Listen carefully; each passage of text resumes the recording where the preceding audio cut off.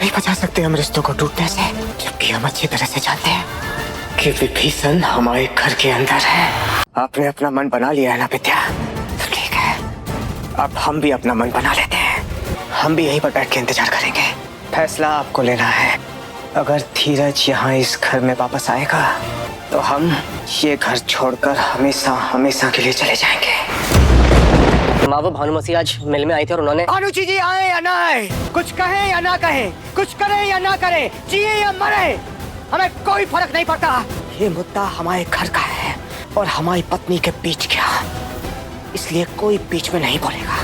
बोलिए विद्या या धीरज, फैसला आपको लेना है। इससे अच्छा तो हमें ही घर से बाहर निकाल दो ना देव, लेकिन हमसे ये फैसला लेने के लिए मत कहो। 25 साल पहले हमने सारे रिश्ते त्याग दिए थे देव। अब हमसे कोई त्याग की उम्मीद मत करो तुम। अब धीरज लेगा अपने भानु मासी से बदला। महादेव एंड सन्स के लेटेस्ट एपिसोड में हम देखेंगे कि महादेव का जो घर है वो टूट चुका है, क्योंकि उसका एक सन जो है वो घर से बाहर चला गया है।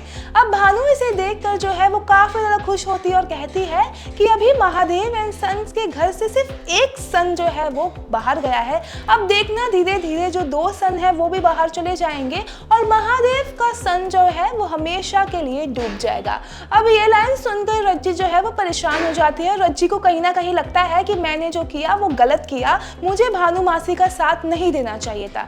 इसी बीच धीरज जो है वो अब घर के बाहर निकल गया है और साथ ही साथ महादेव ने जो केतन और नर्मदा को भी वार्निंग दी है कि तुम दोनों ने ये चीज अच्छी नहीं की और भले मैं तुम्हें ये घर पे रहने दे रहा हूँ, लेकिन तुम लोग कभी भी मेरे बहू और बेटे नहीं रहोगे और आज से अभी से मैं तुमसे बात नहीं करूंगा।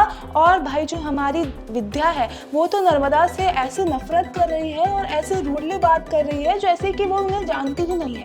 और नर्मदा जो ऐसे बोलती है मम्मी, अब हमारी विद्या कहती है कि मैं तुम्हारी मम्मी नहीं हूँ। अरे मैं तो तुम्हें जानती भी नहीं हूँ कि तुम कौन हो, और तुम मेरी बहू भी नहीं हो। बस तुम दोनों ये घर पे रहोगे पर हम दोनों से अनजान रहोगे और आज से हम लोग तुम्हारे मम्मी पापा नहीं हैं। अब केतन ये सब सुनकर परेशान हो जाता है और वो महादेव से कहता है कि प्लीज पापा ऐसा मत करिए, प्लीज मुझसे बात करिए, अगर आप चाहते हो तो मैं नर्मदा को उसके घर वापस छोड़ के आऊंगा। अब महादेव केतन को समझाता है और कहता है कि तू पागल हो गया है, यही सीख हमने दी है, यही परवरिश दी है। तूने ये लड़की को भगा के लाया, उसके साथ शादी किया और लड़की ने भी सारा अपना घर छोड़कर तेरे साथ आई है और अब तू इसे छोड़ देगा, तू इसके साथ रहेगा, ये तेरी पत्नी है पर ये हमारी बहू कभी नहीं बन सकती।